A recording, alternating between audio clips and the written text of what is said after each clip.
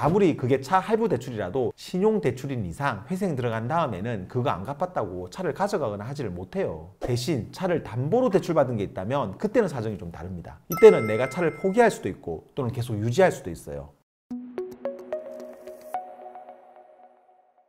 새로운 도약을 꿈꿉니다. 기사회생TV 김민수 변호사입니다. 사업하거나 직장 다니는 분들, 이제 영업용 또는 출퇴근용 자동차 많이들 가지고 계시잖아요. 개인회생하는 분들 중에서도 이렇게 자기 명의로 차 가지고 있는 분들 많습니다. 그런데 이렇게 자차 보유하면서 회생 신청하게 되면 차 없는 분들과 다른 몇 가지 이슈들이 있어요. 우선 차량 관련해서 자동차 등록원부 같은 이제 기본 서류들이 몇 가지가 추가되고요. 내 차 가격이 얼마인지를 확인할 수 있는 자료도 내야 돼요. 근데 이런 거 말고도 또 차 있는 분들이 회생하면 항상 물어보는 질문들이 몇 가지가 있습니다. 대표적으로 뭐 차에 있는 할부나 뭐 담보 대출도 회생으로 정리가 되는지, 회생해도 계속해서 차 탈 수 있는지 같은 것들이요. 제가 방금 말씀드린 이 모든 것들을 하나하나 다 설명을 드릴 테니까 회생하시는 분들 중에 자기 차 가지고 있는 분들은 오늘 영상 참고하시기 바랍니다. 오늘 내용 말씀드리기에 앞서 이런 의문을 가질 수가 있습니다. 아니, 법원에서 내가 차 있는지를 어떻게 알지? 만약에 내가 차 있다고 말 안 하면 그냥 모르고 넘어가는 거 아닐까? 뭐 이렇게 생각할 수 있잖아요. 그런데 이게 그렇게는 안 됩니다. 개인회생을 하면 보통 5개년치 지방세 세목별 가세 증명서라는 걸 제출해야 돼요. 이게 뭐냐면 내가 그동안 지방세 냈던 내역들이에요. 여기에 자동차 세도 포함이 돼서 내가 자동차 세 낸 적이 있으면 그 연도별로 그 내역들이 다 나와요. 차량 번호도 다 표시가 됩니다. 만약에 그 기간 안에 내가 차를 샀거나 또는 판 적이 있으면 무슨 차종인지까지도 다 나옵니다. 그러다 보니 이전에 내가 차를 가지고 있었던 적이 있거나 또는 지금 가지고 있다는 걸 숨길 수가 없어요. 자, 이제 본격적으로 자기 명의 차 가지고 계신 분들이 회생할 때 신경 써야 되는 부분들을 말씀을 드리면요. 일단 먼저 자동차 등록 원부를 제출해야 됩니다. 이게 이제 갑구, 을구까지 다 나오는 걸로 발급해야 돼요. 담보가 없으면 을구는 발급이 안 되기는 하는데 그래도 일단 발급 신청 자체는 갑구, 을구 다 해서 발급을 신청해야 나중에 추가 보정이 안 나옵니다. 그리고 방금 말한 을구에 담보가 있으면 담보 대출이 있다는 소리인데요. 그러면은 그 담보대출 받은 캐피탈이나 또는 저축은행 부채증명서도 같이 필요합니다. 그리고 마지막으로 자동차 시세를 확인할 수 있는 자동차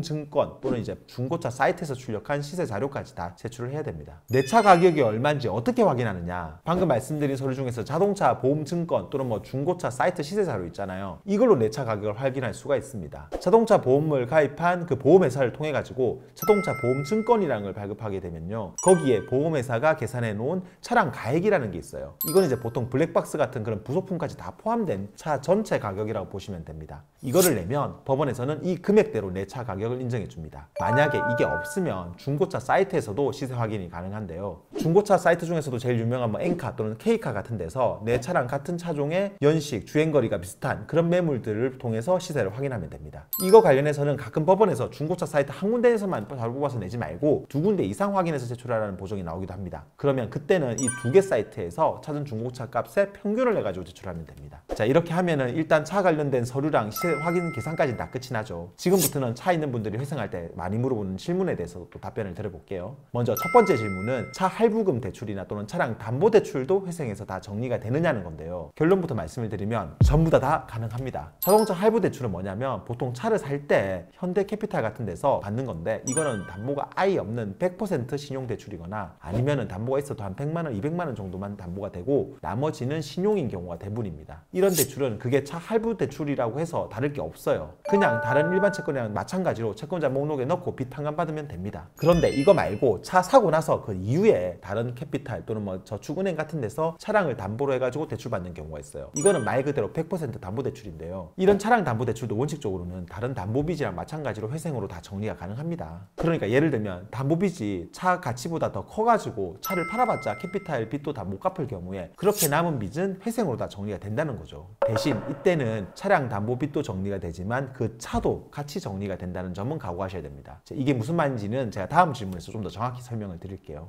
다음으로는 사람들이 궁금해하는 게 회생을 해도 내 차를 계속 탈 수 있느냐는 건데요. 방금 말씀드린 것처럼 만약에 차에 있는 대출이 신용대출이다 이러면은 뭐 차 타는데 아무 문제가 없어요. 아무리 그게 차 할부 대출이라도 신용대출인 이상 회생 들어간 다음에는 그거 안 갚았다고 차를 가져가거나 하지를 못해요. 대신 차를 담보로 대출받은 게 있다면 그때는 사정이 좀 다릅니다. 이때는 내가 차를 포기할 수도 있고 또는 계속 유지할 수도 있어요. 만약에 내가 그 차를 포기하겠다 그러면 그냥 캐피탈에 차 반납하고 캐피탈 보고 차량 공매 넘기고 못 받은 돈은 회생으로 처리하라고 하면 됩니다. 그런데 내가 꼭 그 차를 타야 되겠다 그러면은 캐피탈이나 저축은이랑 미래가 협의를 해서 법원에 내는 변제금이랑 별도로 또 차량 담보 빚을 매달 갚으면 됩니다. 안 그러면 회생 인가 이후에는 담보 채권자가 그 차를 팔아버릴 수가 있어요.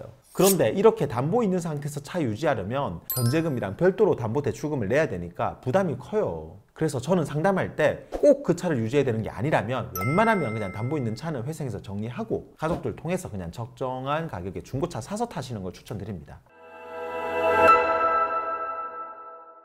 오늘은 개인 회생하는 분들 중에 자기 차 가지고 있는 분들이 체크해야 될 사항 몇 가지 말씀드렸는데요. 차 있는 분들은 내용 기억하셨다가 회생할 때 반드시 참고하시기 바랍니다. 영상 도움되었다면 구독과 좋아요 그리고 알림 설정 부탁드리고요. 추가로 궁금한 점 있으면 아래 댓글이나 법무법인 김앤파트너로 전화 주시면 친절히 답변 드리겠습니다. 다음에도 더 좋은 주제로 찾아뵙겠습니다. 감사합니다.